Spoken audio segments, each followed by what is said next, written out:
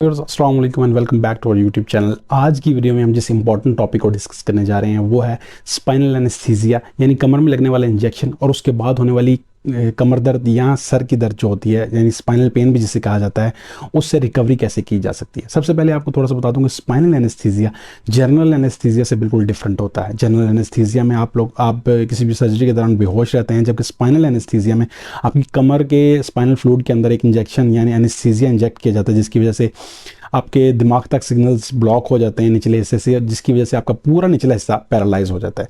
ये ऐसी सर्जरियों में इस्तेमाल किया जाता है जिसमें वेस्ट से नीचे नीचे कोई सर्जिकल प्रोसीजर परफॉर्म करना हो, तो उस सूरत में डॉक्टर स्पाइनल एनेस्थीसिया का इस्तेमाल करते हैं, क्योंकि ये लेस रिस्की होता है। इसमें पूरी सर्जरी में आप जाग रहे होते हैं और सारा प्रोसीजर आपके सामने हो रहा होता है। स्पेशली सी सेक्शंस में या डीएनसी में या कोई भी ऐसा प्रोसीजर हो जो निचले हिस्से पर परफॉर्म किया जाना हो, उसमें स्पाइनल एनेस्थीसिया का ही इस्तेमाल किया जाता है।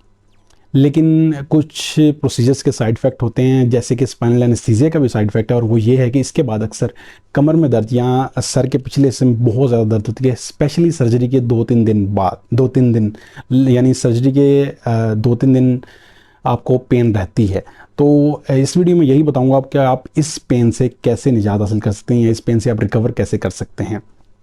सर्जरी के बाद आप जब बेड रेस्ट पर जाएं तो सबसे पहला काम जो आपने करना है वो ये है कि बगैर किसी पिलो के, यानी सर के नीचे तकिया नहीं रखना और बिल्कुल सीधा लेटना है, बिल्कुल फ्लैट पोजीशन में लेटना है। साइड्स पर नहीं लेटना, यानी अपने एक साइड पर या दूसरी साइड पर नहीं लेटना, बिल्कुल सीधा लेटने की कोशिश करें। आपका सर और आपकी टांगें बराबर होनी चाहिए। कोई पिलो नहीं रखना, कोई सपोर्ट सर के नीचे नहीं लेनी। उससे फ़ायदा ये होगा कि आपकी स्पाइन को एक अच्छी सपोर्ट मिल जाएगी, एक बैलेंस पोजीशन में आ जाएगी, और उस पोजीशन की वजह से भी आपको इस पेन से काफ़ी ज़्यादा रिलीफ हासिल होगा। दूसरी चीज़ जो आप कर सकते हैं वो ये है कि अगर आपको स्पाइनल पेन बहुत ज़्यादा हो रही है, यानी उसकी शिद्दत बहुत ज़्यादा है, तो आप कैफ़ीन का इस्तेमाल कर सकते हैं, यानी ब्लैक कॉफ़ी का। कोशिश करें उसमें मिल्क ऐड ना करें, ब्लैक कॉफ़ी का इस्तेमाल करें दिन में 2 से 3 दफ़ा। उसकी वजह से भी आपकी जो स्पाइनल पेन है उसमें बहुत ज़्यादा आपको फ़र्क महसूस होगा, यानी उसमें बहुत ज़्यादा कमी महसूस होगी। तीसरी चीज़ जो आपने करनी है वो ये है कि आपने पानी बहुत ज़्यादा पीना है, डिहाइड्रेशन नहीं होने देनी।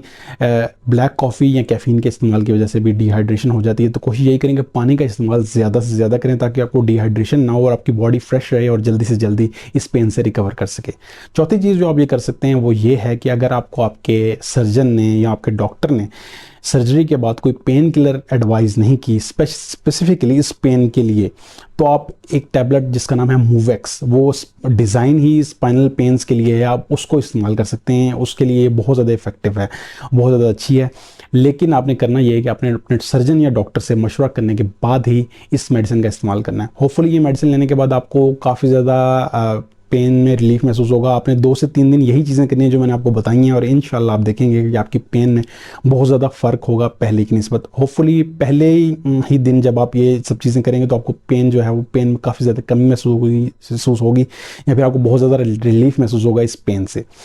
मेडिसिन जो आपने इस्तेमाल करनी है वो अपने सर्जन से इसलिए पूछना है कि हो सकता है कि आपकी सर्जरी के बाद डॉक्टर ने आपको ऐसी मेडिसिन दी हो जो इस मेडिसिन के साथ इफेक्ट करती हो, तो कोशिश यही करें कि अपने सर्जन से पूछने के बाद इस मूवेक्स टैबलेट का इस्तेमाल करें पेन रिलीफ के लिए। होपफुली आज की वीडियो आपको इन्फॉर्मेटिव लगी होगी और आपकी कहीं ना कहीं काम आएगी। मजीद ऐसी मेडिकल साइंस से रिलेटेड वीडियोस के लिए मेरे चैनल को सब्सक्राइब कीजिए। वीडियो अगर अच्छी लगी हो तो लाइक ज़रूर कीजिएगा, और अगर इस वीडियो से रिलेटेड कोई भी सवाल हो तो आप कमेंट में मेरे से पूछ सकते हैं। अल्लाह हाफ़िज़।